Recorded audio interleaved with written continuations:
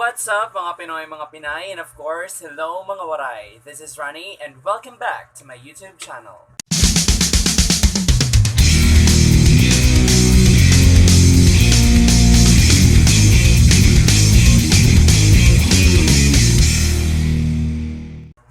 Today, as you have already seen in the title, so we will be talking as to how I become successful in life. So before we move on to my story, let us first, define what success we're talking about here. So in this case, in this story, in this vlog, success doesn't mean that I am already financially stable. No, it does not mean like that. It doesn't mean that I am successful, I can already buy what I want, because success that we'll be talking in this vlog is winning over the battles, the arduous battles in my life. Specifically, this is the story as to how I become a teacher. Okay, so it all started with my mother's dream. So noong araw pa lang talaga, gustong-gusto ng nanay ko na maging isang guro. Kasi kapag guro ka noon talaga, you are respected. Up until today naman, respect pa rin yung guro. Pero not as much as they are respected before. So, gustong-gusto niya talaga maging isang guro noon. Pero, due to her financial conditions, due to the financial condition of her family, hindi siya nakapagpatuloy sa pag-aaral and unfortunately, hindi siya naging isang guro. Pero yung pangarap ng nanay ko na maging isang guro, hindi natapos doon. Kasi when she had me, she had this hope na ako yung magpapatuloy ng mga pangarap. So to make the story short, she passed on her dreams to me and really hope that I could finish my studies and become a teacher one day. So yun na nga, I started schooling in elementary education, the basic education at the Lisay Elementary School, and fortunately, I was able to top from grade 1 to grade 6 in the class. So it's a consecutive first honor roll, char. Chamba chamba. And then, here comes high school. Sa elementary, walang pressure kasi, you just have to compete with, not compete, you just have to be with your classmates na within your barangay. So, high school kasi is a different level kasi not all barangay has high school. So, as the valedictorian of an elementary school, really, I have to somehow bring the name of the school where I came from, and even though I am from a far-flung area, I could compete as well as with people na nandoon mismo sa area kung saan yung high school, and then or sa iba't ibang barangay na nagpupunta doon sa high school na yun, di ba? So there's somehow a little bit of pressure, but luck is with my side. Luck talaga, oo. So in first year high school, I am the top 5 in the class among all the first year students, and then sa second year I am the top 4 among all the second year students, and then sa third year high school ko I became the top 2 among all of the third year students in the school, and then fortunately again, as I graduated in high school, I rose to the top. Charot. So, I graduated as valedictorian in Pinamumpuan National High School. Nakachamba na naman tayo doon. I graduated as class valedictorian among all other fourth year high school students doon sa Pinamumpuan National High School. And then, kung may pressure sa high school, mas lalong lumaki yung pressure pagdating sa college. Kasi nga, I am not just only bringing the name of my elementary school, but I have also to bring the name of the high school where I came from and compete with all other students, and not actually to compete but to somehow at par with other students coming from the different high school within the neighboring municipalities where our institution is located, diba? So mas marami yung pressure na somehow nafe-feel ko, and fortunately again nakachamba na naman tayo. I graduated as a Latin honor with a degree of Bachelor of Secondary Education, major in Physical Science. So, talking about inspiration, my mother was the first one to influence me. Yung dream ng mother ko is somehow passed on me, diba? So, somehow, siya yung naging unang influencer ko to become a teacher. And during my elementary day, I also met a teacher na talagang magaling siya and I want to be like him. So, yun, siya rin yung somehow nakapag-push sa akin na maging isang educator, na maging isang teacher in the future. And then when high school comes, I met my teacher in biology and she really inspired me to get a science major in education. I really wanted to become a biology major but unfortunately, in the institution na pinag-aralan ko, walang biology. So, I just, resort to the science course or the science major talaga na ino-offer sa paaralan yun. So, I ended up taking Bachelor of Secondary Education major in Physical Science. I thought science is no numbers during the time, but oh my god, Physical Science is like mathematics. There's theory, there's principles, there's laws, and there is always an application of computation, my god. Pero fortunately, I was able to make it through. I become a teacher today because I was inspired. I was somehow influenced by my mother. I am inspired by my teacher in elementary, in high school, and in college. So ayun, that's why I also become a teacher today. Judging on my achievements, so judging on my honors received, you may have thought na baka wala akong hirap na pinagdaanan, baka hindi ako naghirap, baka hindi naghirap yung family ko kasi nga I was able to pursue my degree course, I was able to finish my studies and then with honor rolls, baka isipin nyo na hindi ako naghirap. There will always be people who will drag you down, kahit anong hirap yung pinagdaanan mo para lang ma-achieve mo yung dapat mong ma-achieve, there will always be people who will keep on dragging you down. I mean, not everyone will always appreciate your effort. So instead of congratulating you, talagang huhugutin ka pa pababa. And then, just say for example in my elementary days, no, so nasabi ko na nga kanina, I was in a consistent honor roll from grade 1 to grade 6, always top in the class. So there is an issue na kaya lang daw ako always at the top of my class because my mother or my family donates native chicken para ipangahanda, ipapakain sa mag-isa, ganung issue. Alam mo yun. Very nakakatawa pero still, it hurts me. As a child noon, syempre, masasaktan ka, di ba? Kasi you did your best, tapos may isyong lalabas na ganun. Sa high school din, nagka-issue din ako sa high school.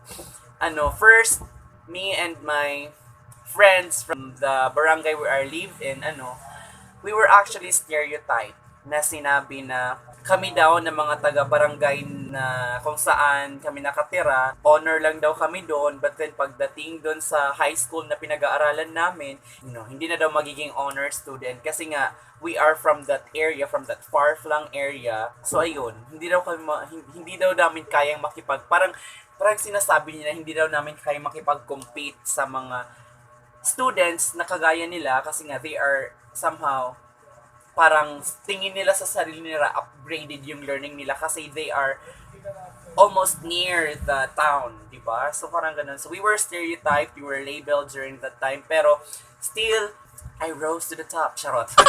nakachamba na naman tayo doon. Another issue sa high school ko, then di ba, I mentioned earlier, I graduated also as the class valedictorian in my batch. So there is issue na naman. Ganon. So, sinabi na ako daw yung pinaka-worst na valedictorian among all the valedictorians na meron ang school na yon. So, anyways, I just have taken all their negativities and turned them into inspirations, aspirations para, para maging best, para maging better version of myself. Ganon na lang.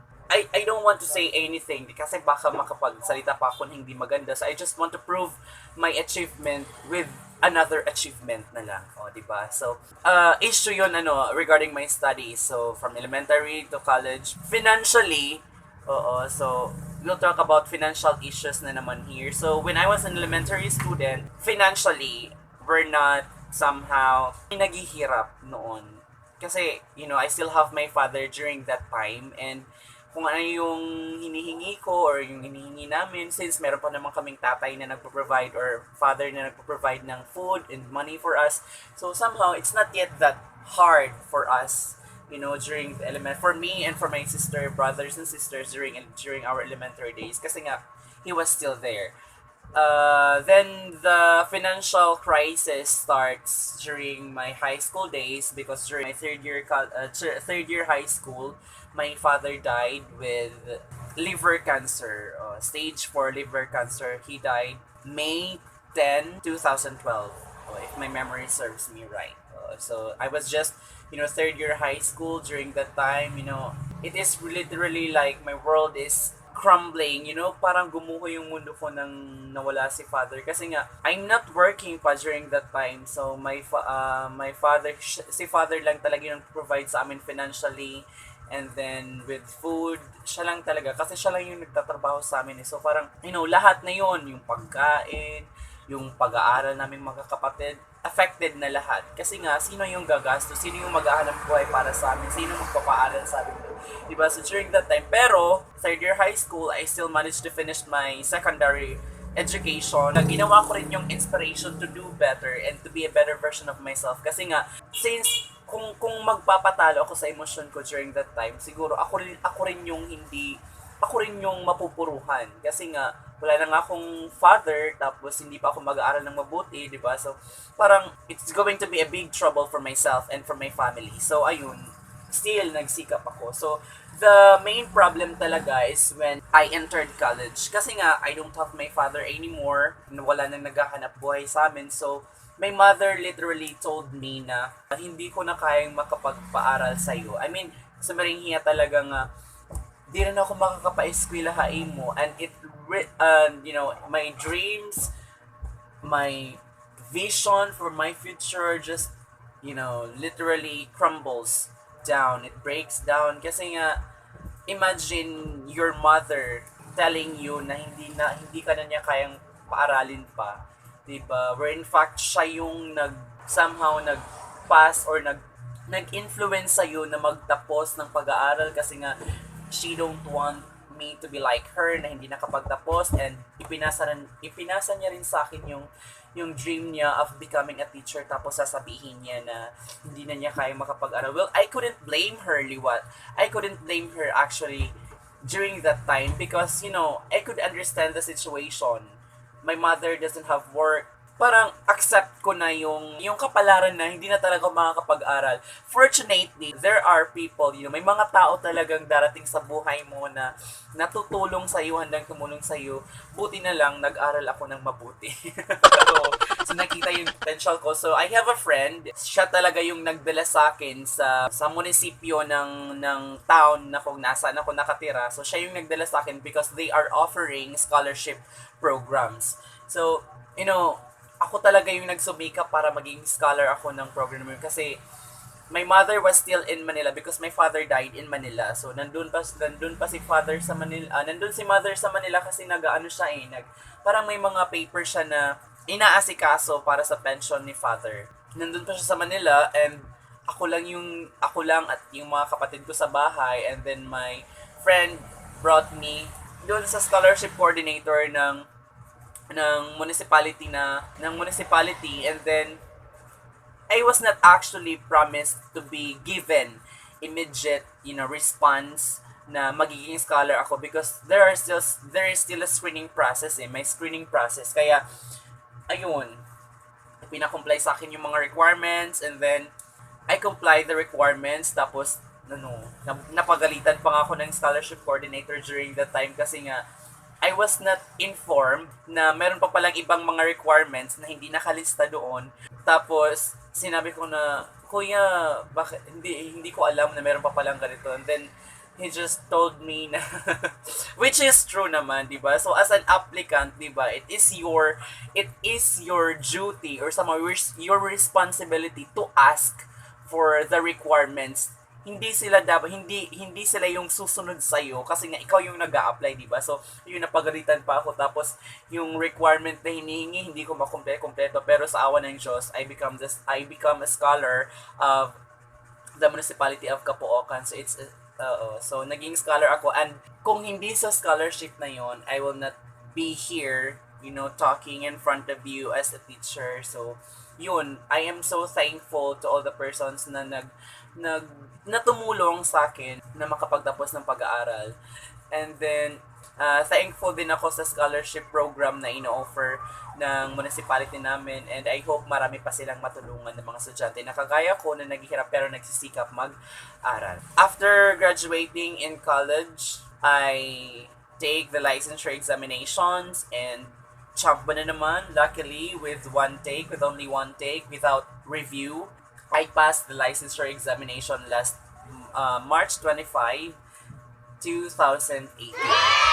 So, right after graduation, I actually applied for the part-time instructor position in the same institution where I graduated, and luckily, I passed the screening committee and worked it. So that's how I become successful. That's how I rose over the battles, over the arduous battles in my life. So just never let anything hinder you from achieving your success. May it be financial, may it be family problems, may it be problems in the school.